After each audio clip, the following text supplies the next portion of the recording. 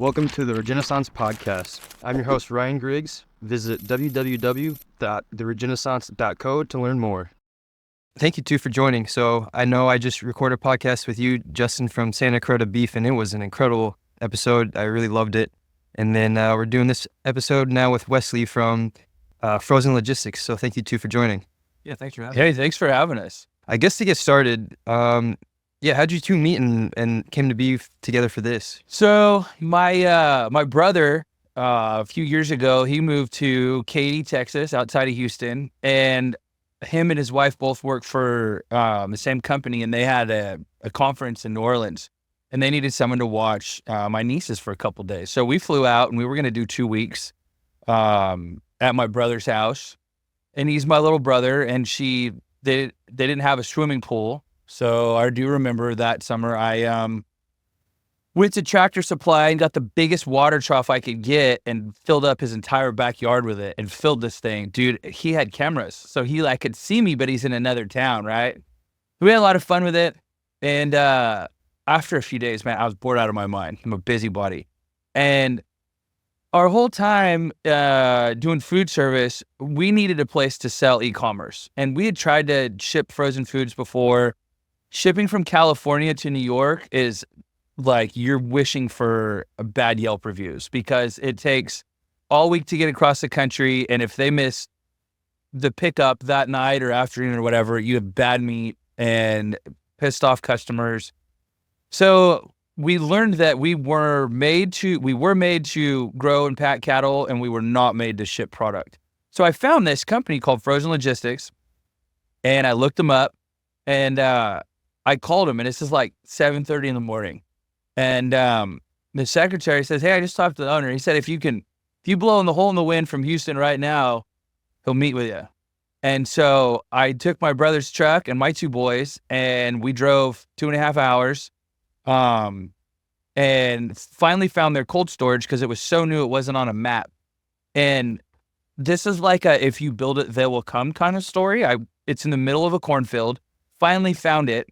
And everything's brand new, and they're building, and the construction guys are there. And Wesley introduced himself, and he said, "No, we are building a state-of-the-art." You correct me whenever I screw up, Wesley, but like an automated cold storage to help.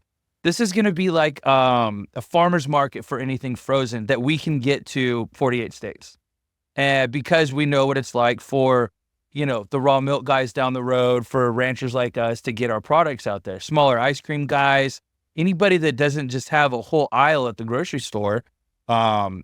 He was putting everything into it before it had even launched. And I immediately love the entrepreneur spirit. I'm like, yes, these are my people. And we stayed in contact. He's got a dry ice pellet mill. So dry ice is such a big part of shipping. And then if you're buying it from someone, they're out of dry ice a lot, and you've already guaranteed, someone's anniversary steaks, and you don't have it. So he's like, "No, I have my own dry ice maker," and he's teaching my boys how to make smoke bombs, and they had this whole warehouse to play with, and had a blast. And then they came out to the ranch, Wesley and his wife, and we did a big ranch tour and showed them what we were doing. And I got a call from him about a year ago, maybe a little less. Says, "Hey, December 1, we're rolling. Let's go. We're launching." And so we fired up as fast as we could, and it's been a rodeo, but we have been able to get our product to customers through the new company concept, DeliveredCold. And so they're a great marketplace, and it's a great tool and very helpful for how we talked about, when you're long on product, whether it's ground beef or steaks, it's a place to put it, and they will sell it for you. And they are like a partner for whoever they're working with. Like, they don't get paid till the sale, and we get paid. They're an awesome, awesome customer. You can tell a little bit more about it. It's definitely a great intro story. I mean, that's exactly how I remember it. And this is exactly how I like to operate. Somebody calls and says, "Hey, we've got something that might match what you have. I want to come see you." I'm like, "Well, what are you doing right now?" So Justin loaded up. He brought his boys. We had a great time. It was a nice reprieve in a stressful time. As we started Frozen Logistics in the beginning of 2020, we immediately broke ground on this very purpose-built warehouse to do e-commerce fulfillment. I don't know if anybody remembers what happened in 2020, but there was this weird little thing that happened where no one could get ground beef. No one could get building supplies, right? And I had this massive influx of business in, and I'm trying to get this new warehouse done, and we just can't.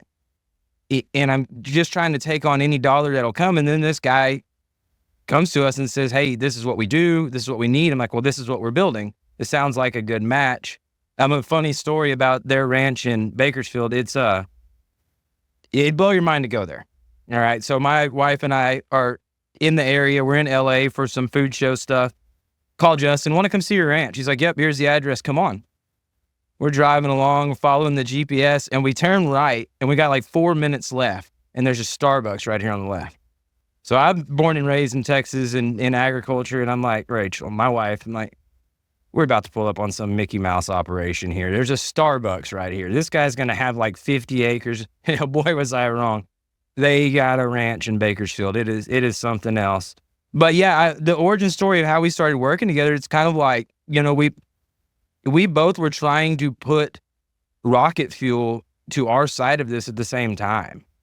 So it was just great. It was a great kind of first partner to start this out with. And we are frozen logistics, right? We are still frozen logistics today, which is more of a traditional cold storage.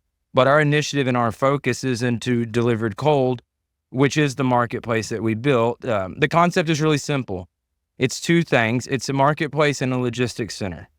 So what that does is the consumer is shopping products that actually exist inside of our freezer. So for the consumer, they can now mix items inside of that one box. So we have great beef like Santa Carota. We've got a really good ice cream. Like there's a local ice cream to Austin, Lick Honest. We sell a lot of their product. Better Bites Bakery is another Austin-born product. But essentially, the consumer can come in and they can, in a bespoke manner, fill the box how they see fit. What it allows us to offer the sellers is two things. That nationwide access, that's really hard out of California because you have an ocean at your back. But more importantly to me, even than that, is the ability to sell frozen direct-to-consumer product with no minimum quantity inside that box. Eliminating a lot of those that where you have to bundle and you have to have these huge purchases. And Justin's right too, in the sense that the way that we built this, it's a complete share of revenue at the point of sale. The people who sell on DeliveredCold, we do not charge them a dime for anything. At the point of sale, we get a percentage, they get a percentage. A lot of vendors and other companies out there will tell you, we're your partner. We're your partner. I'm not sure how we could have taken it much more literally than that, other than maybe investing in your company, which we're not going to do. Yeah. But again, so it's just this rising tide approach where nobody is damaged by any of it and nobody gets to succeed until we make that sale. But it really helps sellers like Justin to have so much capital in getting an animal from on the ground to in a package. It's to say, okay, here's one place where you don't need to expend more capital. I just need you to get me the product. We'll be the last touch point from production to consumption. It will cut out all the middle people, and then we'll just share a percentage of that sale. It's been a beautiful model. It's really starting to take off. We've got a lot of great sellers. We're having a lot of fun with it. It's extremely unique to what is out there now, but it is what we wanted to do, and it is a field of dreams. It is working. It literally was a big, brand new, beautiful cold storage in the middle of a cornfield. And now it is working. And we're able to, I could text him or email, hey, will you get something to this guy, that guy? Can we do an order? Great service. But so when we do our restaurants, I tell the chefs, look, because sometimes they'll ask, does it cook different, eat different? And our meat does cook a little faster, this and that. But at the end of the day, the chefs are the best at doing what they do. And I want the chefs to shine. So what we're good at is growing beef. And we can get it in a box and we can get it to you. After that, we want the chef to shine because that's what they're good at. Shipping, we are not good at, but that's what these guys are good at. And so when we deliver a great product to a customer, I want them to know that like the best person for the job handled that job. They're not getting anything half-assed. And if that's not me hiring someone or building a shipping department, that's going to someone who's been, well, you've been delivering meat for how long? How long has your family been delivering meat? Well, I'm a third generation meat processor, so we've been in that side of it. Now, I am not in that side of it now because we're so busy with the cold storage, but my grandpa cut meat his entire life. My dad started cutting meat when he was 13. My mom cut meat as a teenager. The current company that my parents still operate, they've had since 1989, which is a wholesale meat operation that services the Austin area. But yeah, I've been in that side of it. So Ryan asked me, he's like, hey, are you going to have time? We'll get some barbecue down here. It's like, all right, I got a guy you got to meet. Because like every time I'm with Wesley, I learn more about Texas barbecue. Yeah. Who's who, how they're related, what their deal was. And because your family sold meat to all of them. Yeah. Like all the big ones, right? Yeah. And So- go ahead. I'm I sorry. was just gonna say, Wesley. So with that being said, too, with the history of the cutting meat, what was the impetus behind starting this logistics thing? Oh, great question. So let me back up, right? Because we kind of started it at the 2020 mark. So this building that my parents still operate their meat company out of, they started leasing space in 1989.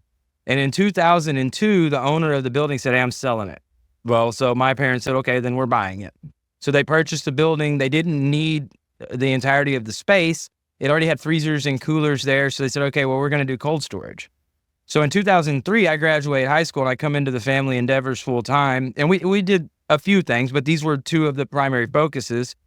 And I literally started cutting meat standing on a milk crate to get high enough to the table. My grandpa used to brag to everybody that I was on kill floors before I could walk. I've been around it forever. And as a young man who has a competitive nature and is full of piss and vinegar, I didn't want the meat cutting anymore. But I saw this budding industry that we were just getting into, and I'm like, I want to see what I can do with that. So through, a ton of iterations and mistakes and trial and error, we built that cold storage, and it started demanding more and more attention. I just set myself in there for what it needed and just moved towards it. So then you fast forward to, I met who's now my wife in 2013. She immediately came in and started working with us. In about 2015, we're like, okay, this business is about at capacity in this building. And so we start talking to my family, and my family's basically like, yeah, we like where it's at, not taking that next shot. So Rachel and I started going, okay, well, we're going to figure this out. So first I started going talking to bankers and, showing them forecasting and showing them business models. And they're going, you want to build a $7 million building that's going to take you 36 months to see any chance at profitability. And you're in your mid-20s. Why don't you saddle up and ride a horse to hell? Because we're not giving you the money for that. So, but I just, resilience, like I'm not going to quit. And what I always told my wife and what I told our family is one thing I cannot do is be 60 years old and still wonder what this was going to be. It would not sit with me. So we just kept talking to people, whoever would listen. And finally, the right conversation was had with the right person who is now our partner. And he is a technologist. And he immediately saw the need for technology in the industry. And I am a redneck. And I am like, hey, this is a warehouse business. I don't know what you're talking about. But he was definitely right. And so then him and I, we courted each other for a while and figured out what this relationship would look like. And then we took off. So all that to wrap around to answer your question, I've been in cold storage since 2003. And it stemmed off the fact that my family is meat processors. They just had all this space all of a sudden and didn't need it. So they sold it as cold storage. And that's how we got to where we're at today. And the industry of cold storage is a logistics industry, which means it's ever firing, it's ever changing. It's not boring. It's not stale. It's challenging. It's stressful, but I like challenges. I don't like repetition. Yeah. And so it just spoke to me. It just was really something I loved and still do. And then what were your aims at whenever starting the logistics? Like, or I guess your goals are where you're trying to, I guess, where do you see this going, especially in the current climate of where our food system is, and from a logistics standpoint, it is a mess. So yeah, I'd just love to hear your thoughts on that. Yeah. Okay. So I'll try not to ramble on forever about that because you just you're beating my drum. I poked the bear. Yeah, for sure. So there's a few things that we wanted to address. There's a few things that we like, and there's a few things that we couldn't stand. One of the things that we knew we needed to address was to just minimize the touch points, because what that does is just put so much cost into any one CPG item, and therefore just kind of demands that you have to buy the big bulk items because everything else just gets costed out. So before moving forward, can you explain all of the touch points? Because in consumer, a lot of people don't realize how many touch points there really are. Yeah. So there's in frozen e-commerce fulfillment, we see it as 4 major touch points. The first one is the logistics management. Okay, that's Justin getting, once that product of his is into a package, getting it to our facility. Now somebody's got to do all the inventory, all the management there. So that's the logistics management. Then you have the actual platform. Where is the product sold? Is it on Amazon? Is it on Goldbelly? Is it on SantaCarota.com? But it has to sell somewhere. Then the active order fulfillment has to happen. Who's going to pick it? Who's going to pack it? Who's going to label it? Now you're going to count on an outbound carrier, a UPS or a FedEx, and you're going to track that package all the way to the end user, make sure they're happy.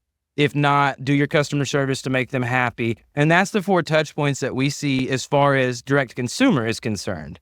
Distribution channels usually add a touch point here or there, right? Because a lot of times in food service or in direct distribution or any kind of brick and mortar distribution, it first lands at somebody like us in the cold storage world. Then a PO is processed and we pull an order, and then it ends up at an HEB distribution center, the Whole Foods Southwest distribution center, which is here in Austin.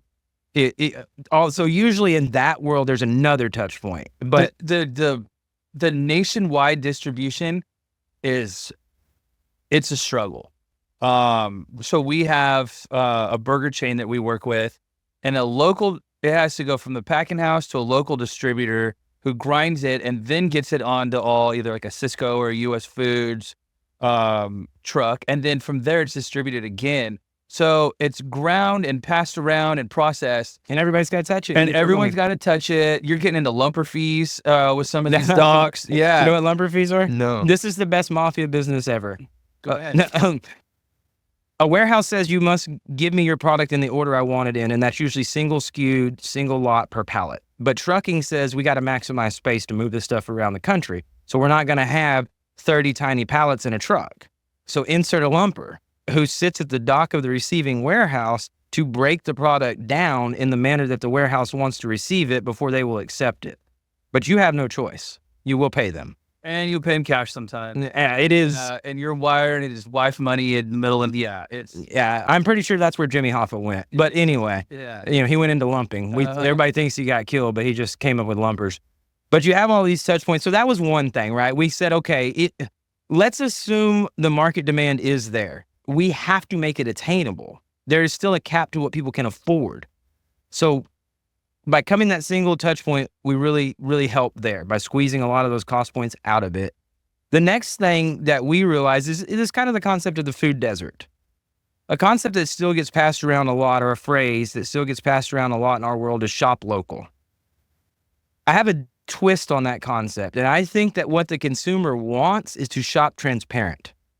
So when you come on to DeliveredCold.com and you go to Santa Carota's storefront, you're going to read about their brand. You're going to see their story. You're going to have backlinks to their social media. You're going to get to trust them and then buy their product. We're just here to be the box that it goes in, but we want people to be able to buy directly from the brands that they know and they want, other than having to go buy, the Tyson or the Nabisco or the stuff that they just don't really know a damn thing about.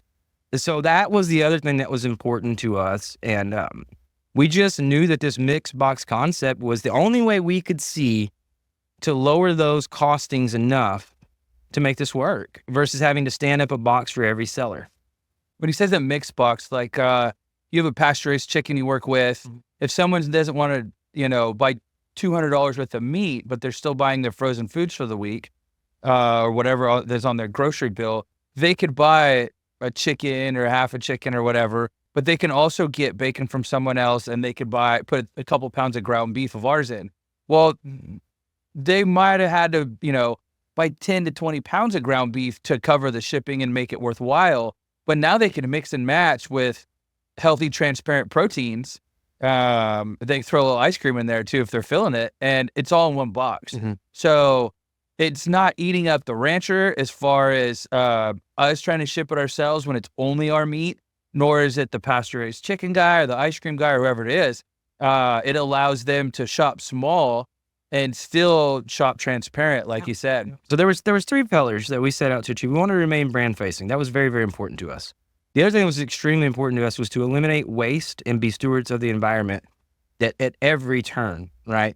And there's something interesting about that pillar, and I'll get back to it. And third, we wanted to match an intuitive grocery shopping experience for the consumer. Now, these are typically better brands than what you'll see especially in a mass spread grocery store. But when the consumer shops today, they buy high SKU, low volume.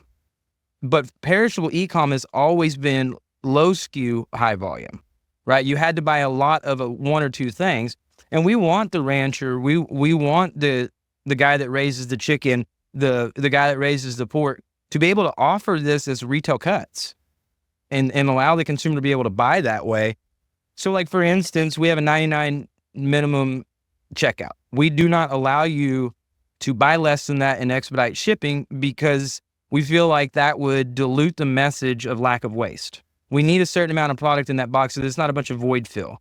But what we want the consumer to understand, every dollar spent is on product. There's no shipping, there's no handling. Everything you're spending is on product. And the interesting thing for us in that second pillar of being efficient and not being wasteful is that actually also increases profit for all parties involved. To put a cooler in place, to put dry ice in it, and to put a shipping label on it is somewhat of a fixed cost. So now for any amount of space that's in that box that we can fill with product versus void fill, we're not really increasing the cost. We're just increasing the purchase. So for the people like Justin, now it makes sense for somebody to go, this is an interesting story. This carrot finished beef is interesting. I've never tried anything like that. I'm leery. I'm going to buy 1 steak and 1 package of ground meat. Then I'm going to eat it. Oh, I love it. Now I'm going to come back and up the amount. Another thing that I found very interesting through our R&D is we tried to decide what we were going to do here. The number one concern for the end consumer in perishable ordering is not cost. It's at-home freezer space. And that is the number one deterrent for them making a mass purchase from one supplier is the amount of space they have to give up at home. This was shocking for me to learn. My grandparents, my aunts, my uncles, my parents, myself, deep freezers everywhere. Same for my dad. You know, that's just how I grew up. Yeah. But that's not the way most of the world does it. Most of the world is within just a few minutes of their supplier, and they can replenish that freezer frequently. So that was part of that. Like, we wanted to match that. Yeah. We wanted to get into that. So anyway, I don't even remember what your original question was. No, but I want to this is great. circle back on, you and I had a conversation on our previous airing, and it was how the supply chain is not set up for little guys, right? How the big guys really have that locked in, channeled, how hard it was to move different parts and pieces of the animal, and how you will sell at a loss at times to move it all steady in a fresh space. And so, like, I really wanted Wesley to just tell a story like he did, because for a lot of your audience out there, there is a movement. There are young entrepreneurs that are trying to raise the right meat, work the logistics out. And so this is your shipper. Like, meet your shipper, meet your rancher. If you are another rancher listening to this podcast right now, I would encourage you to reach out to Wesley as well, because what they've done is just say, do you remember the Jetsons? You ever watch the show The Jetsons when we were kids? That was I'm not. You know? Okay. Well, there's a traffic jam, dude, and he just keeps going higher and higher because he drives a spaceship. So he's above all the traffic. And I feel like there's a traffic jam in the supply chain for little guys to get in. Like I said, it's like trying to ride a bicycle and jump on a freeway to get into the supply chain and get your product out there. And so for a program like Wesley's, I think it's awesome. And I don't know if there's anything out there like it, where you could actually take whether it's your main source of sales or it's not, you could put it somewhere that it is available to anyone to purchase in 48 states.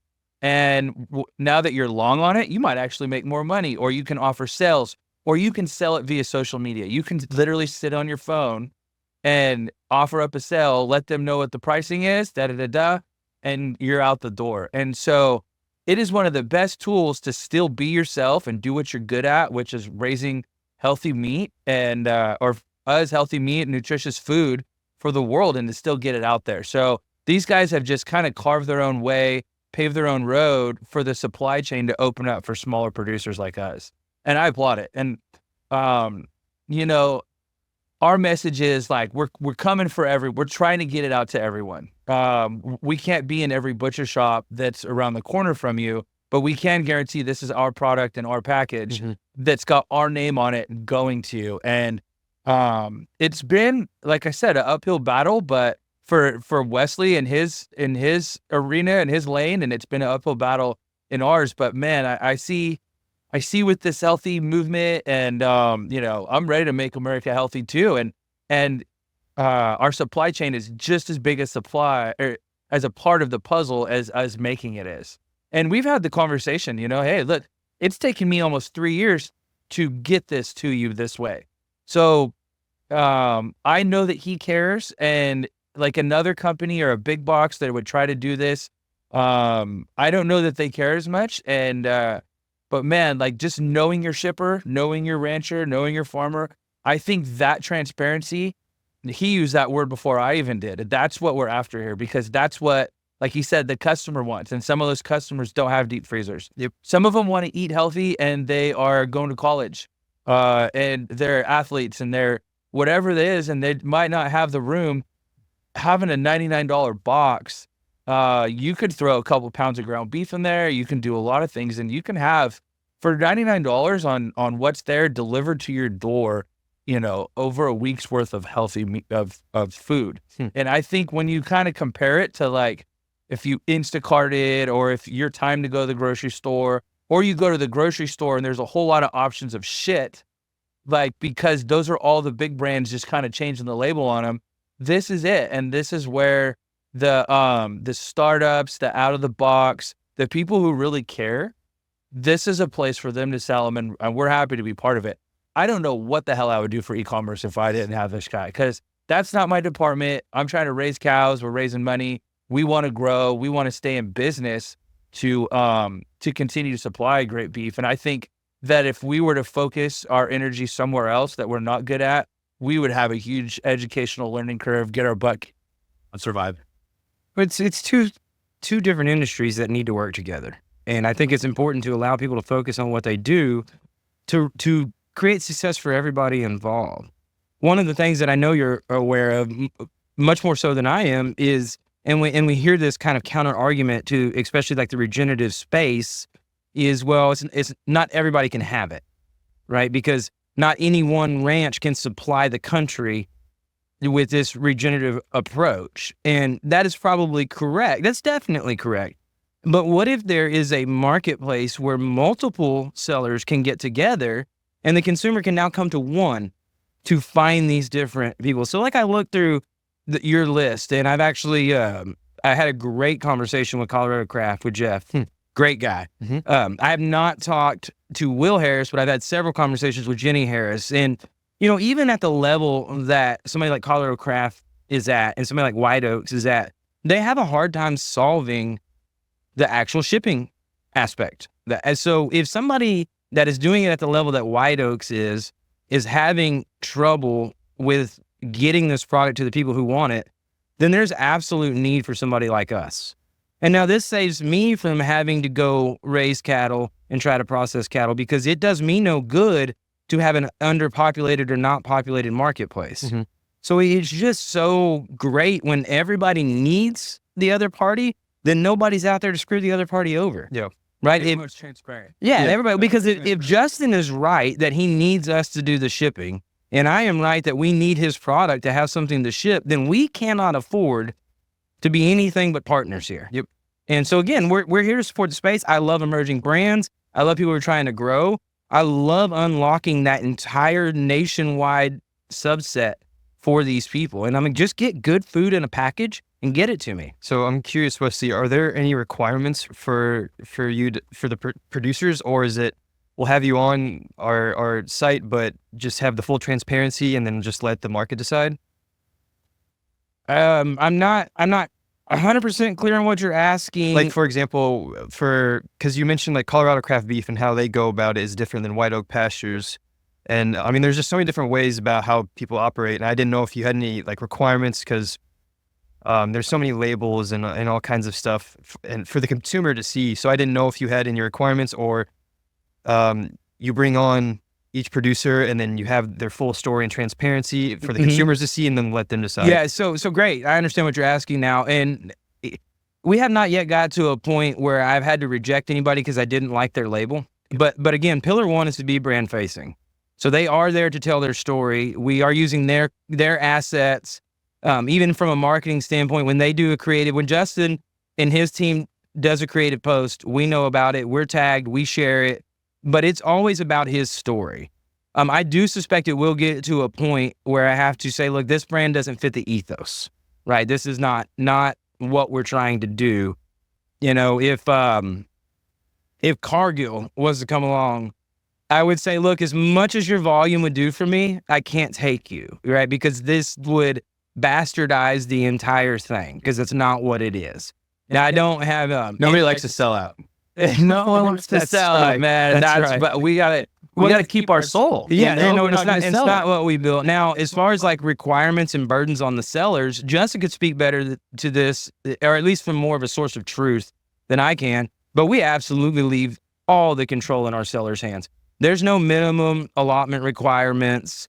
They set the price that it's going to sell to the end user. I mean, you cannot say you want to remain brand facing and then not stay brand facing. I'm a little bit leery of this term because it makes you think, it makes me sometimes think small, and this is nationwide, but the virtual farmers market concept really seems to kind of help people understand what we've done. We've given you a piece of virtual real estate that you can walk into and see all of these different, you know, whatever you want to call them, booths or pages, or however you would do it in a physical farmer's market. And we want you to buy from them. We're just the box. We're just the real estate. So right now, when you click on our website, if you want to order, it goes straight to DeliveredCold. On our booth page, whatever you want to call it, Santa Carota's piece of that, of their platform. Now, if I wanted to do it myself, I could build a Shopify one, and my Shopify page could still drop ship straight through DeliveredCold off of his website as well. You could run it however you want. That's the beauty of it. He will drop ship your product. You get your product into his cold storage, and however you want to sell it, you sell it. They get the order in, and it ships, it lands, and everyone gets paid. And it is the most efficient thing that I could look at and see after looking at what is the best way to direct to consumer. And that is so hard to do. When you're literally pulling calves and unloading carrot trucks in the middle of the night, the last thing you're thinking of is, how am I going to ship to New York's to grandma, you know, or whatever. So, but these guys got it covered, and the service is incredible. And what I think you get out of a lot of the smaller farmers and ranchers is, one, the handshake we talk about, and two, the service. Like, bend over backwards. If these guys have a problem, if I have a challenge, like, they're going to figure it out or it can't be done. And it's not like some desk service person telling you, nope, or here's a ticket we're going to fill out and we'll deal with it next week.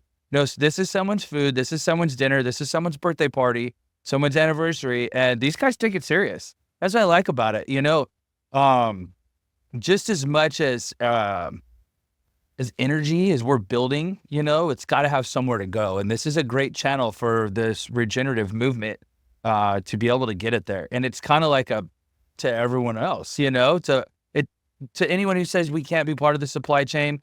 Now we are. We're not going anywhere. We have product in there, and you are one click away from getting it to your doorstep, no matter what state you're in. That's a big move. That's a big, bold move for vertically integrated branded beef, which 10 years ago, that was not possible. Well, it's very similar to what long form and podcasting does to mainstream media. Yeah. Oh, yes. We'll just do it our way. Yeah. We have we have a way to get the information to the people now.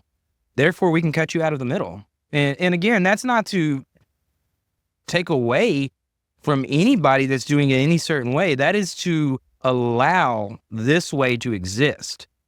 And this is people are tired of being duped. People are tired of being lied to. What did we talk about before you kicked the recording on? We talked about if it is legal or not legal to buy and consume raw milk. And then, like I said, but I can leave here and go buy 3 gallons of whiskey. So don't tell me it's about health. Like, go to hell with that, right? And people are tired of it. So I told him how I can sell him a steer and leave our property alive, and he can go have it processed. He can pasteurize it, cut it up. He can, however he wants it butchered. It's his steer now. And I could send mine to a USDA packing house, and we can go all different ways with it. And that's fine. But why is it that the same guy selling commercial milk can't sell him a pail of milk for his, family member that needs raw milk, right? That's illegal. That blows my mind in the United States of America. I'm with you. It's his milk, and he can sell it to whoever the hell he wants to. Yeah. The same person who will put your kid on Adderall will tell you can't have raw milk. Yeah, I mean, make it make sense to me. Like, I can't square that up. And don't get me started on USDA and processing regulation, because it has a good idea, it has a good standard, but then it's bureaucracy. Can we actually talk about that? Yes, absolutely. I will go off about it. Yes, if you want to start, because well, so one thing that Justin brought up that was interesting, right? So the other thing that my family has done a lot of is professional hunting. My dad and uncles are guides, and we do a lot. So I've done a lot of game processing as well. And in the state of Texas, let's take white-tailed deer, for example. The state of Texas owns white-tailed deer. That's why you have to buy a tag. You have to hunt them in a certain season. You're limited to what you can or can't harvest. Now, you can take that and have it processed, and you can pay for the service of processing. You cannot buy that meat, okay? That's a very important distinction. Justin's cattle is all processed through a USDA facility, and it's going to remain in the custody of USDA facilities, including my warehouse, right? All the way through, because he's entered that realm. But you, as the consumer, you could bring your deer to somebody in their damn garage, and they could process it, no problem. So what starts to aggravate me is they put the burden on food professionals, right? Because if Justin's selling food service to a restaurant, that restaurant has got to know these USDA rules, what they can and can't buy, how they must keep it.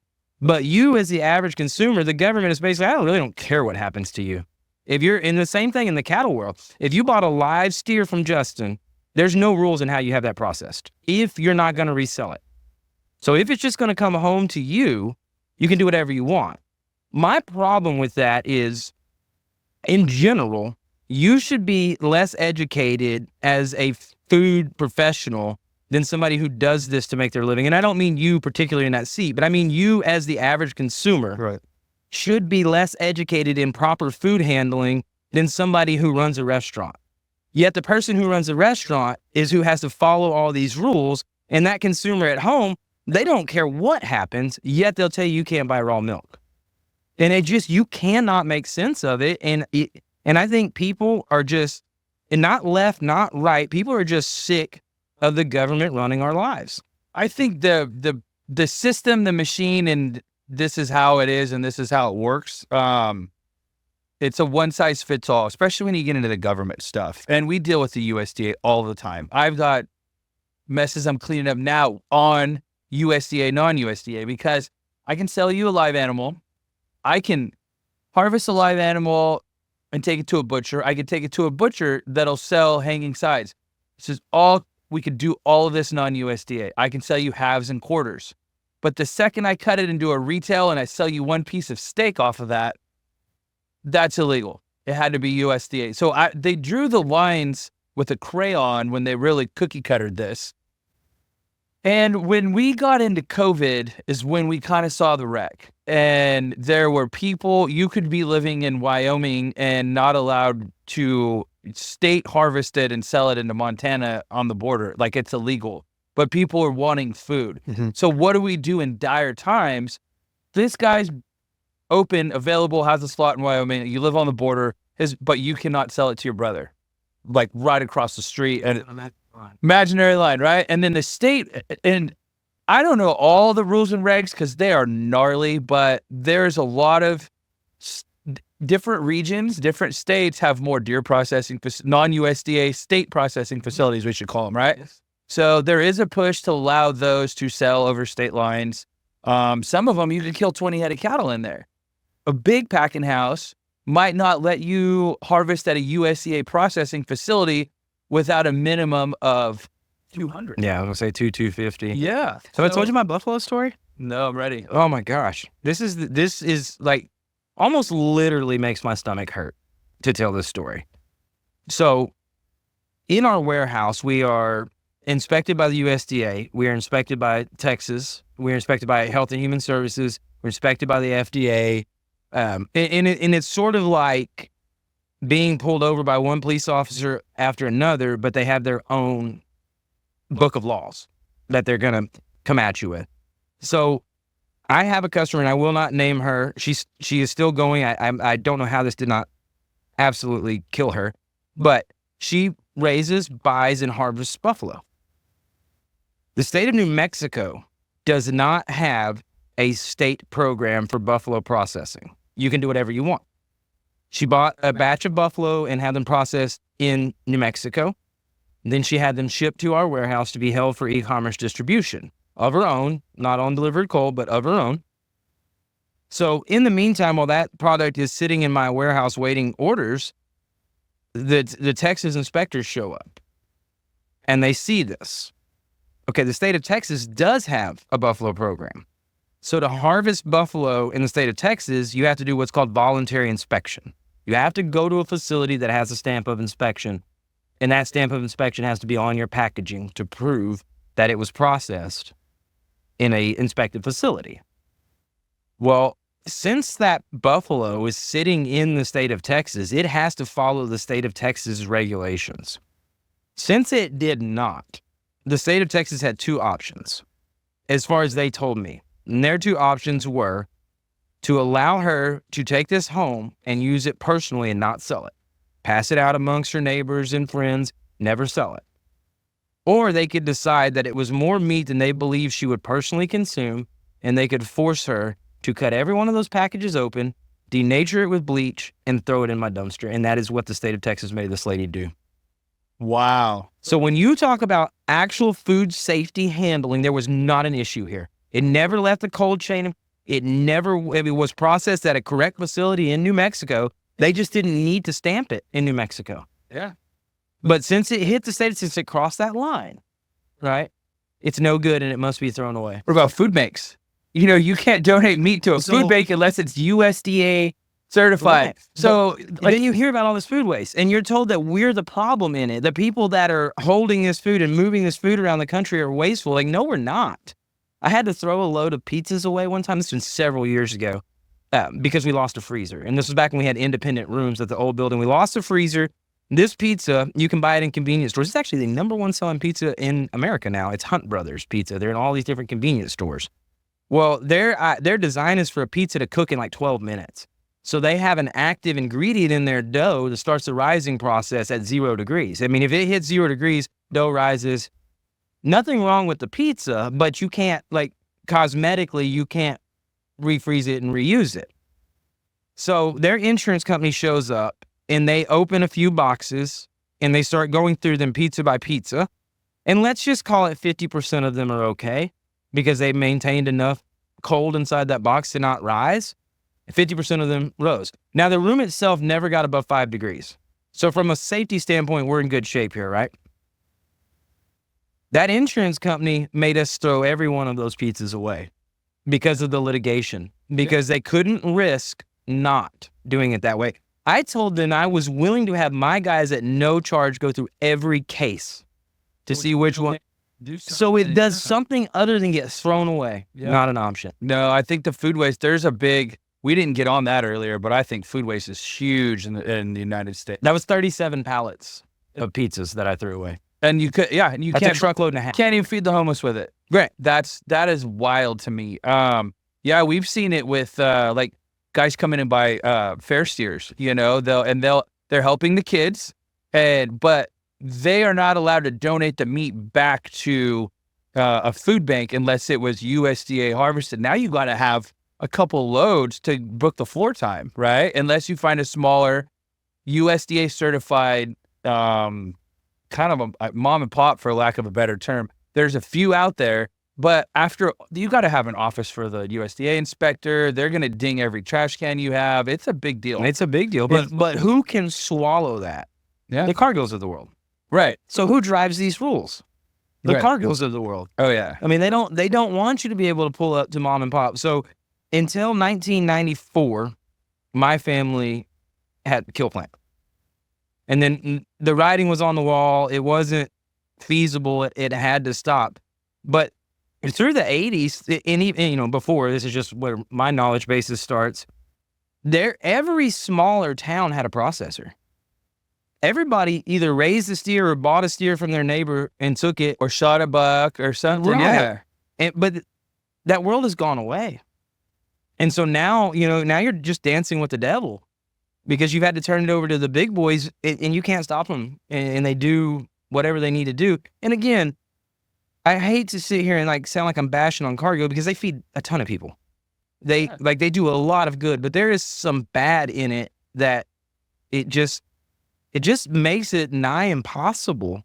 It's because you don't have a lobbyist in Washington, D.C. Yeah, and I never they do. will. Yeah, I don't either. Yeah. Will. I don't think we hang out with people that do either. So. No, I wasn't there for January 6th, but I'm not going to go up there and lobby either. No. So, I feel you. I'm going to stay out of it altogether. Yeah. But I do think your podcast, his shipping company, our beef company. It's awareness. It's awareness. Awareness. So he asked me, Ryan asked me earlier about, kind of the buzz and how do you get people off of their normal diet? We can say we want to be healthy and you go to the gym one time and then you're coming home from Little League and you're smashing fast food. And I said, we got to keep talking about it. Yeah. Everyone needs, you walked in and said, that's all we drink in my family's raw milk. Yes, say it loud and proud. Say, this is where we get our product. I know exactly where I get my food from, and I will encourage you, and I know my ranchers. And the more we're talking about this, the more buzz is going to get out there. So that's when people start saying, you know what? I'm thinking ahead of time. I'm going to order off of DeliveredCold and get pasture chicken. I'm going to get grass-fed beef, Santa Carota beef. I'm going to get, dough that actually came from Italy and not from something here. Yeah, right. So as we start the more you think about it, now that's in your freezer and you're not going to get it when you go to the grocery store. Now I'm thinking about it, I'm order sourdough instead of a different bun, or I'm not going to order bread on this. Is my cheese processed? Am I going to spend a little extra money and do not the single cheese that isn't real cheese, And the more that we think about it, when you said awareness, transparency, all those things, this movement's big. And we're in a healthcare crisis. Yeah, so We are in a we are in a healthcare crisis. Absolutely. When it's your story. I mean, that I read about your story. I hadn't spoke to you about it, but I read about it. And that's your story. Your family was dealing with this. Yep. And I'm currently dealing with it too. But this is actually a good segue on to just health too, because I'm curious, Wesley, from your perspective. So I was vegan for 2.5 years, and welcome back. I'm glad I'm back. I went from vegan to a year later, I was actually on a ranch butchering chickens. But I'm curious, since you grew up, like you were saying, you were on a milk carton cutting beef or cutting meat. I'm just curious to hear your thoughts on just the whole veganism and whole vegan movement from your perspective, especially considering you were literally raised in the world of meat and meat cutting, and also going back to talking about just hunting and conservation. So I'd love to hear your perspective on this whole topic, because it's very polarizing. To me, a lot of the issues lie in the disconnection from our food. I mean, a lot of vegans have never really been on a farm or ranch. They watch a lot of the documentaries that there's some good stuff. Their heart's in a lot of the right places. They're just very misguided, and also they don't actually do a lot of the actual boots on the ground work. So yeah, I'd just love to hear your perspective on that. Yeah. So first and foremost, I believe that everybody, for the most part, is trying to do the best they can with the knowledge they have. And I firmly believe in the freedom to do so. I have people in my family who are vegans. They are perfectly fine with I'm actually carnivore. I switch between animal-based and carnivore, but fairly strictly carnivore. But we can balance that. Now, this is extended family, not immediate family, because my kids would just have to move out. Like the day you're a vegan, well, it's just gonna have to go. But the family dinners get a little interesting. I poke fun because I'm like, all right, if you're gonna be a vegan, why do you need a fake hamburger? Why don't you just eat plants? You're trying to get meat. You're just faking it. I have a really interesting outlook from the cold storage side because we store a lot of inputs that make finished goods. I have seen the ingredients it takes to make the Impossible Burger. It's not food. It's not healthy. So, one, you do the best you know to do for you and yours. I firmly believe animal protein is the staple of our diet, and it has been from the beginning of time. Plants and fruits were great sustenance foods when you couldn't kill. Right? I mean, I just firmly believe that. Now, look, I don't know what the right word is. And I don't have a better word for it, but harvesting animals has a brutality with it. It's not avoidable. It's just the truth of the matter. But what people fail to realize with hunters, with meat processors, almost to a man, they are the best stewards for animals that exist. Yes, there is the horror stories of the, factory farming and improper use of animals, but go out to the Pettit's ranch and look at those just rolling fat cows that have so much space. They're not hemmed up. They're not cooped up. They're in great shape. They're very healthy. And I think most people that want to eat animal protein want to eat a healthy animal. If we are going to sit here and say what we eat affects our health in general, same thing for the animals that we're eating, right? The healthier, well-raised animal should produce a healthier, better plate for us. I want to speak to your food waste real quick. We believe that every single one of these animals that we raise is giving their life to sustain us and to actually help not just cure illness, but this is something food is medicine, and this is good food. So it's good medicine for our body. And these animals that we're raising are giving their life for that. And so when you talk about food waste, man, like 1 pound of ground beef that's 50 pizzas to me, because that's a sacrifice. God put us here to steward over these animals, and we try to give them the longest, best life they can possibly be, where our ranch cows get to be a cow, get up on hills, climb hills. And we do that because they're giving their lives to us as well. So we not only do we not want to ever waste food or part of the animal, whether it's the meat or not, but we want to bring the best value to it as well. This isn't, no one likes selling at a loss from a financial standpoint, but just to do the animal justice either is, not there. The more value we can give to this animal through its lifespan, letting it have a good life, harvest it humanely, and then, you brought up brutality, but you ever seen something get killed in the wild? Yeah. Watch a mountain lion kill and see what that looks like. Yep. This is so humane. It's The loss of life is not the most peaceful thing ever, right? And something that every animal will experience at some point. But all life does. Yes. That's why I love agriculture, and I was so disconnected from my food. But when you work on a farm, it's a constant life and death cycle. But then on top of just going back to when you worked on a farm, what got fed first, the animals or you? That's all you have to know. And the reason why I ask you that's because that's the truth in any ranch, in any farm, at any horse barn, at any cow barn. You take care of them first. Yep. And that's why I also preach why switching to agriculture is so incredible, is because the farmers and ranchers will be out there at 2 a.m. in the barn taking care of a sick animal. So there's, I think it's Hickory Nut Farm. They're one of the unfortunate folks in North Carolina that got destroyed by the hurricane. And there's a video of just pigs with just flood going on. And they're taking care of them and trying to get them out. If they didn't care for their animals, they just would have left. Yep. They care for these animals more than that. And people that haven't experienced what you've experienced will say that is just ludicrous. Yeah. But it is absolutely the truth. It is absolutely the truth. Well, that's why I brought the vegan question, because I made a post about a week or two ago on Instagram where I think it was in the UK, a couple vegan activists were talking to a farmer, and she was just spewing all this nonsense about artificial insemination. She doesn't care. They don't care for the animals. He's in it for the profits. And then he just schooled her right away. Was he the guy that said, "Come, you haven't been to my farm"? Yeah. Yeah, Yeah. I saw that. Yeah. That's It's great. so it's like, that's what I'm saying. Like, her heart is in the right place, but she's just not connected to the food or seeing it firsthand, or hasn't even. Yeah, like, you have a hard time controlling your emotions when you don't eat meat. that's the thing. No, but I think you're not going to change hearts and minds with an argument.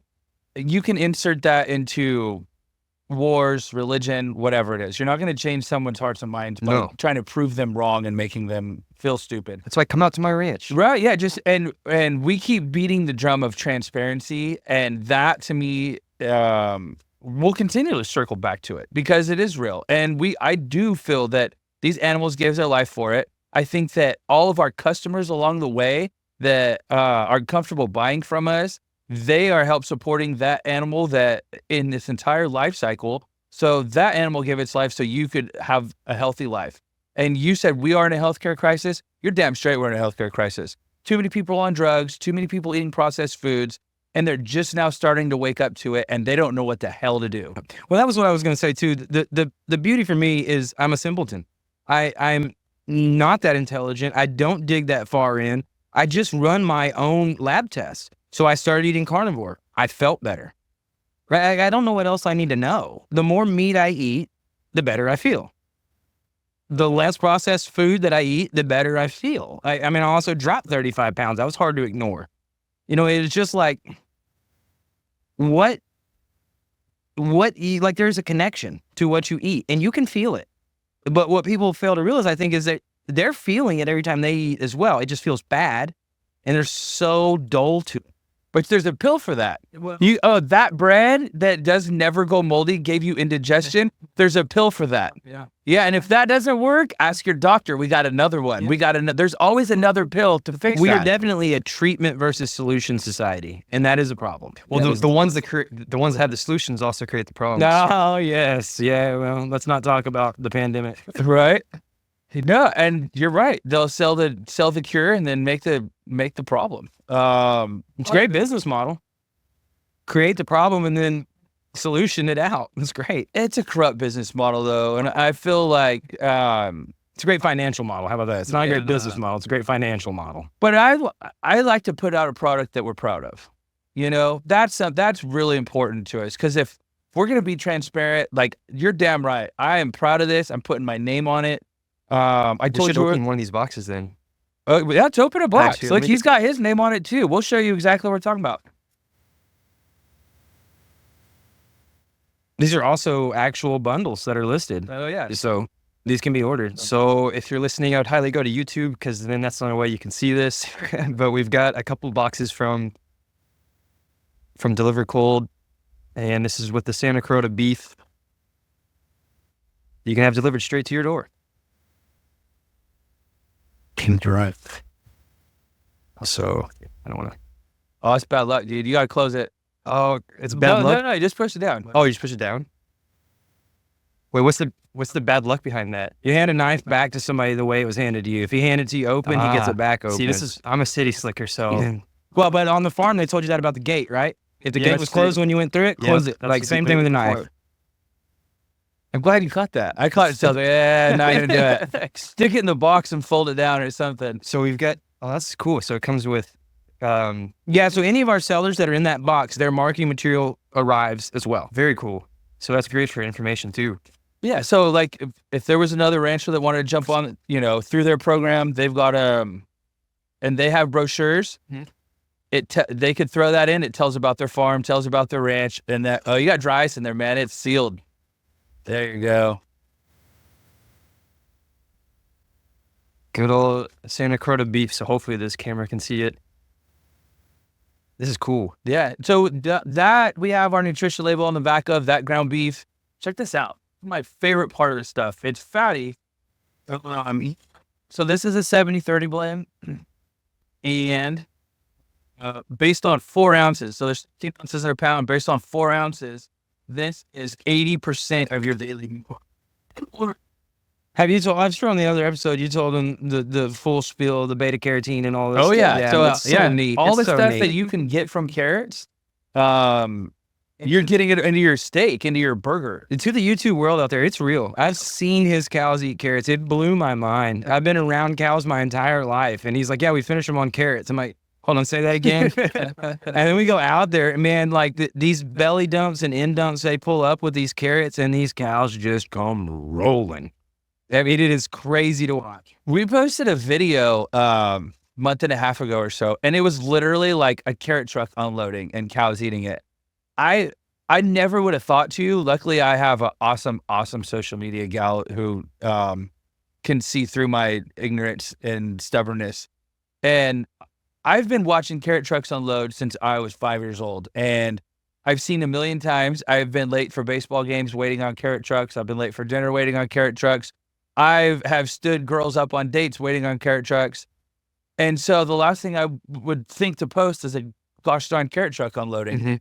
We have like 4.5 million views on this thing. I forget sometimes not everyone gets to see what I see. And so going back to basics sometimes and answering questions, being available for your customers is one of the most important things you can do in education. Just be available for them. Yes, I am willing to answer your question, no matter if you think it's stupid or not. We get the vaccine question a lot, which is, I'll throw that one out there. Pretty much all ranchers vaccinate for blackleg. When you brand, calves are probably a month old. And then after that, the big feedlots want to see shot programs. People market their cattle on shot programs because if it's vaccinated for all these things when it gets to a feedlot, it's like an airport, right? That's where all the germs are. To get mixed up, the more they're vaxxed for, the less health issues they think they're going to have.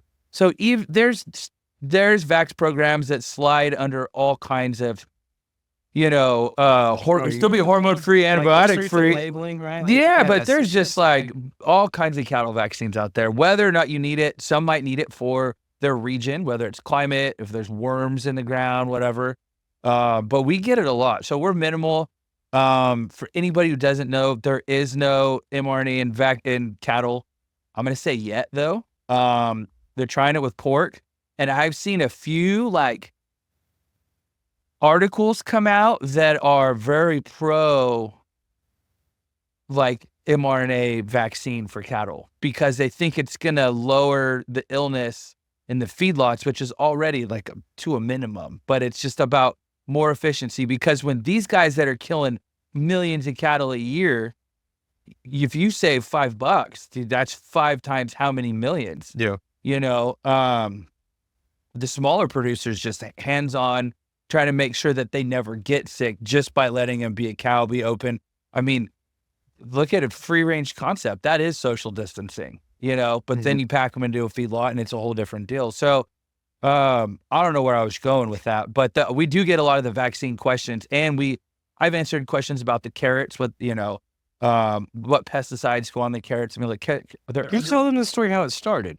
What? With your grandpa. Oh, yeah. We brought it. Yeah, we got that earlier. It's fascinating. It is. It is incredible. That's why I love this podcast is the wealth of knowledge and stories that are in agriculture, because I'm a historian at heart. So just hearing the history of just one piece of land for generations, or even just starting as your first generation, there's just so many rich stories to share. But we're almost at time. So thank you too for joining. And Wesley, if you want to talk about the cold storage with the code. Mm-hmm. Yeah, so we've done a couple of things. For the listeners here, we have a code that you can come onto DeliveredCold, do your checkout. At your checkout, if you will put in Regen 20, that code is for 20% off. That code is good through the rest of this year. So you can come back and make as many orders as you like and get 20% off with that code. And that's just a thank you to the listeners, to your audience, for us being here. If you are somebody who raises any kind of product and you're interested in the direct consumer model, my email address is wesley@frozenlogistics.com. You can reach right out to me. You can send an email to seller@deliveredcold.com, and one of our members of our team, it'll be Rachel or Arena or Courtney or myself, we'll get right back out to you. We love to talk about it.